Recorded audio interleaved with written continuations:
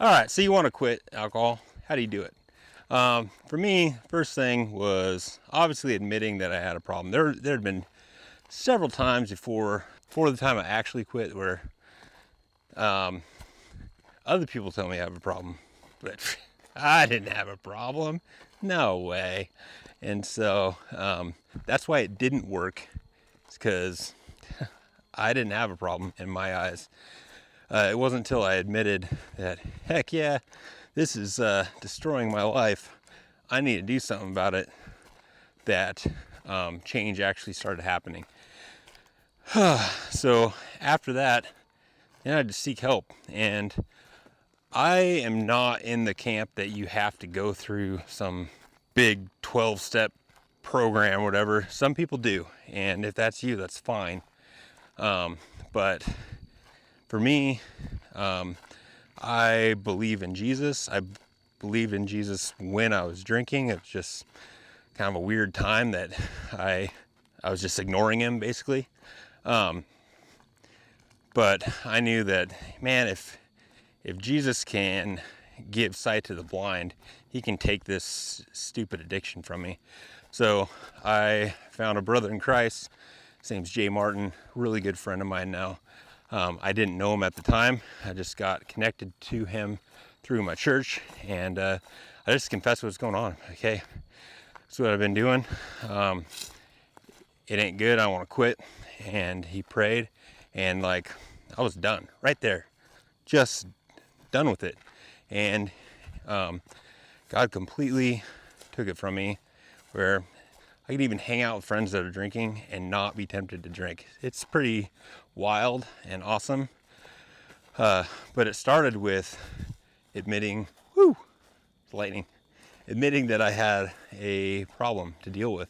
Coinciding with that, admitting that you have a problem, you gotta have a strong why. So for me, it was to save my marriage, to be honest. And it's evolved from then. That last night drinking, I was big time a-hole to my wife, and woke up the next day and she had left the house, and that really scared me because I did not want to follow in the footsteps of other people in my life. I wanted to be that person that had the high school sweetheart and made it into being an old man with the same woman. That's what I had envisioned in my life. And when she wasn't there, I was like, oh crap, I really screwed up. And so that's what started out as. It's like, you know what? This is stupid. Why am I letting this poison destroy my life? And it's evolved from there. Now I'm a pharmacist. At the time I was a carpenter, which being a carpenter is awesome. I think a lot more people need to learn trades, but that's another conversation for another day. Now I'm a pharmacist, and I know a lot of the health consequences of alcohol. And so I work in a hospital. I see lots of people coming in that have been drinking for too long, and their liver's completely garbage, and they're bleeding out their eyeballs, bleeding out their ear holes, bleeding out every orifice of your body. And it's just a pretty crappy way to die. It looks terrible. They're in pain, and there's not a lot medically we can do for them because their body is just shutting down and doesn't make the things that it needs to survive. And so now it's like, I don't want to go down that route, obviously. And then I just want to be functional for my family. I want to be present with my family. I don't want to have something that's going to bring me down. And so that's my why. So you need to have a good why. And then because we talked about this, I'm the type of person that goes hard no matter what I do.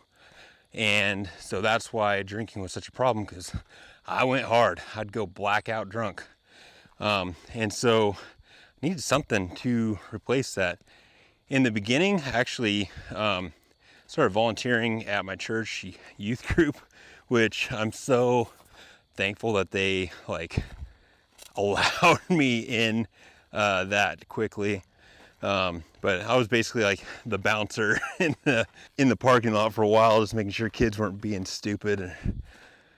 And then it evolved from there, being able to get into worship, play music again, which is awesome. And then went to school for pharmacy, so that really occupied my mind. And then I discovered weightlifting and calisthenics, and like just going all in on that, getting strong, getting healthy, and just replacing the bad stuff with something good and something constructive that you can go all in on. That really helped me. So find a hobby that you can do. And I know some hobbies, like it's easy to incorporate the drinking in there, but I just want to encourage you to find something, even if it's fishing, golf,